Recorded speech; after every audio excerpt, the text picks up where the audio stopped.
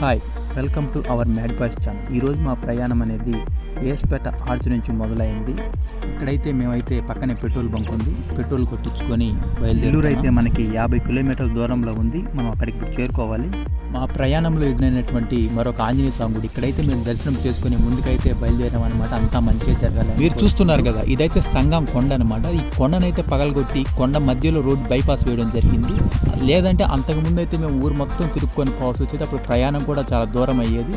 So ఈ bypass వేయడం ద్వారా ఎంతో తొందరగా మా జర్నీ అనేది అయిపోతూ ఉందన్నమాట. మీరు చూస్తున్నారు కదా, ఇదైతే వాటర్ అనమాట. ఇది ఎక్కడికి పోతుందో నాకు తెలియదు, కానీ పోతుంది యాడికో మరి. మొత్తానికి సముద్రంలో జారద్దని మటుకు తెలుసు, కానీ అవతల యాడికి పోద్దాం మటుకు తెలియదు మనకి. ఇక్కడైతే చాలా ఫ్రెష్ న్యాచురల్ చేపలు అయితే దొరుకుతాయి. సెలవు రోజుల్లో అయితే పిల్లలు పెద్దలు అందరూ వచ్చి ఫిషింగ్ చేసి మంచి ఫిష్లు అయితే పట్టుకోబోతుంటారు. ఒక పక్క ఎండ కూడా చంపేస్తుంది మేము పడదామంటే, కానీ వెళ్ళిపోతున్నాం. మనమైతే బుచ్చికి చేరుకున్నాం. బుచ్చికి ముందే ఇక్కడ టోల్ గేట్ అనేది ఉంది.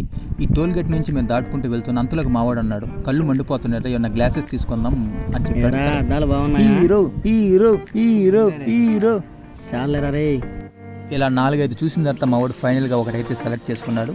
అది నచ్చిందంట మా వాడికి. అది తీసుకుని అయితే మన అసలైన ప్రయాణం అయితే మొదలైంది. ఈ రోజు మనం జొన్నవాడ మీద నుంచి వెళ్తాం. ఈ రోజు ఏకాదశి కాబట్టి ఇంకా జొన్నవాడ గుడిలో చాలా మంది ఎక్కువ రష్గా ఉండొచ్చు. చూద్దాం మరి. అయితే జొన్నవాడకి అయితే చేరుకున్నాం. చూస్తున్నారుగా, ఈ రోజు ఏకాదశి కావడంతో ఎంతో గుడి అంతా ఎంత కితకితలాడుతూ ఉంది. చూడాలి మరి లోపలానికి. అయితే జొన్నవాడ కామాక్షి అమ్మవారి టెంపుల్కి అయితే వచ్చేసాం. ఇక్కడ విశేషాలు ఏంటో లోపలికి తెలుసుకుందాం. ఈ గుడికైతే చాలా ప్రాచీన విశిష్టత అయితే ఉంది. ఒక్కరోజు రాత్రి ఇక్కడ నిద్రపోతే అమ్మవారి స్వయంగా వాళ్ళతో మాట్లాడిన అనుభూతి అయితే పొందడం జరుగుతుంది. అంతేకాదు, ఈ క్షేత్రంలో బ్రహ్మోత్సవాలు కూడా ఎంతో అద్భుతంగా ఘనంగా జరగడం జరుగుతుంది. అంతేకాదు, లోపల మరో ప్రాముఖ్యమైన గుడి అన్నపూర్ణేశ్వరి దేవి అమ్మవారి యొక్క ఆలయం. అంతేకాదు, అమ్మవారు ఎక్కడుంటే అక్కడ ఆకలి అనే పదానికి కూడా చోటు అనేది ఉండాలి. కాశ్యపు మహాముని జొన్నవాడ క్షేత్రంలో మహాయజ్ఞాన్ని ఆచరించడం వలన ఈ క్షేత్రానికి యజ్ఞవాటిక అని పేరు వచ్చిందని ప్రతీతి. అయితే యజ్ఞము అంటే జనము అని, వాటిక అంటే వాడ అని, ఈ రెండిటి మీద జనవాడ నుండి కాలక్రమేణా అది జొన్నవాడగా మారి ఈ క్షేత్రం ఎంతో ప్రసిద్ధి చెందడంలో ఈ గుడి మీద ఉన్నటువంటి శిల్పకళ ఎంతో ప్రాచుర్యం చెందిన పురాతనటువంటి శిల్పకళ. ఏకాదశి కావడంతో కుటుంబ సభ్యులంతా వచ్చి అమ్మవారిని దర్శించి అమ్మవారి ఆశీర్వాదాలు తీసుకుంటాం. మొత్తానికి మనం రావాలి అనుకున్నటువంటి ప్లేస్ రొట్టెల పండగ అయితే మనం ఫైనల్గా చేరుకున్నాం అనమాట. ఇక్కడైతే మీరు చూస్తున్నారు కదా, షాపులు, ఐస్ క్రీములు, తినేటివి ఇలా చాలా ఉన్నాయి. మనోడైతే ఇప్పుడు కనబడతాడు. ఇప్పుడు 2 నిమిషాలు అయితే పోజు కొడతాడు. చిలకలూరు సింతామణి నా పేరంటే తెలియనోడు లేనే జాని కవనర్బడి అన్నట్టు మనోడైతే పోజు కొడుతున్నాడు. ఇప్పుడు విశిష్టత ఏంటో తెలుసుకుందాం. ఈ రొట్టెల పండుగ ఎందుకు మొదలైంది అంటే, హిందూ ముస్లింలు ఐకమత్యంతో జరుపుకునే పండుగలలో రొట్టెల పండుగ ఒకటి. ఇది నెల్లూరులో ఉన్న స్వర్ణాల చెరువు వద్ద జరుగుతుంది. దీనిని ప్రతి సంవత్సరం మొహరం నెలలో నెలవెంక కనిపించిన 11వ రోజు నుండి 3 రోజుల పాటు నిర్వహిస్తారు. ఈ రొట్టెల పండుగలో మన రాష్ట్రం నుండే కాక ఇతర రాష్ట్రాల నుండి కూడా కుల మతాలకు అతీతంగా లక్షలాది మంది ప్రజలు పాల్గొంటారు. ఈ పండుగలలో మహిళలు అత్యధికంగా పాల్గొంటారు. నెల్లూరు జిల్లా గండవరం వద్ద జరిగిన పవిత్ర యుద్ధంలో 12 మంది ఇస్లాం వీరులు మరణించారు. వీరి మొండాలను గుర్రాలకు దర్గామిట్ట చెరువు వద్దకు చేర్చాయి. మొండాలు అక్కడే ఖననం అయ్యాయి. కాలక్రమంలో ఈ 12 మొండాలకు స్థానికులు సమాధులు నిర్మించారు. ఆ స్థలానికి బారా షాహిద్ అని పేరు పెట్టారు. మరణించిన 12 మంది తలలలో 7 తలలు మాత్రమే యుద్ధం జరిగిన చోట లభ్యమయ్యాయి. ఈ 7 తలలు లభ్యమైన ప్రదేశాన్నే సాతో షహీద్ అని అంటారు.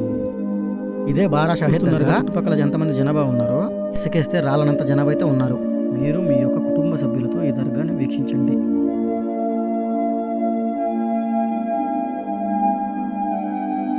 నెల్లూరు ప్రాంతాన్ని పరిపాలించిన ఆర్కాటు నవాబు భార్య తీవ్రమైన అనారోగ్యంతో బాధపడేది.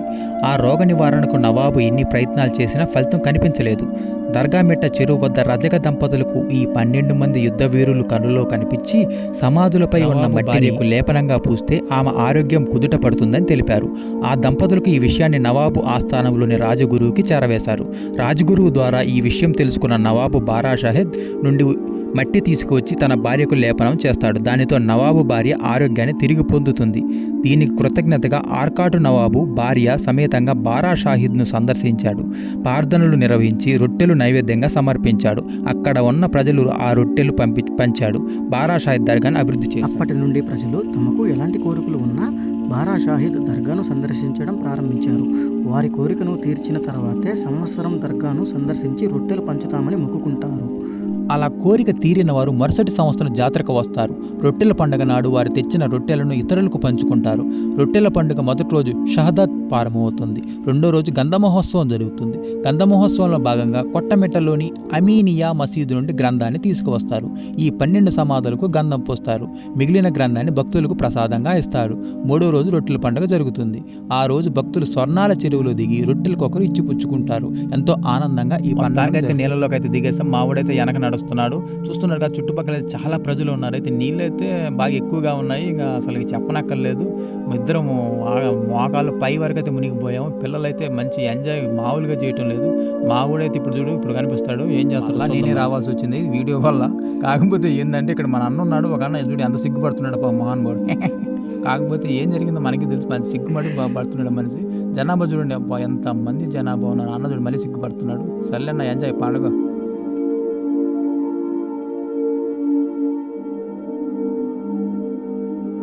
ఇక్కడ ఎలా వచ్చా తమ్ముడు? కొట్టుకుంటూ వచ్చానన్న అక్కడి నుంచి.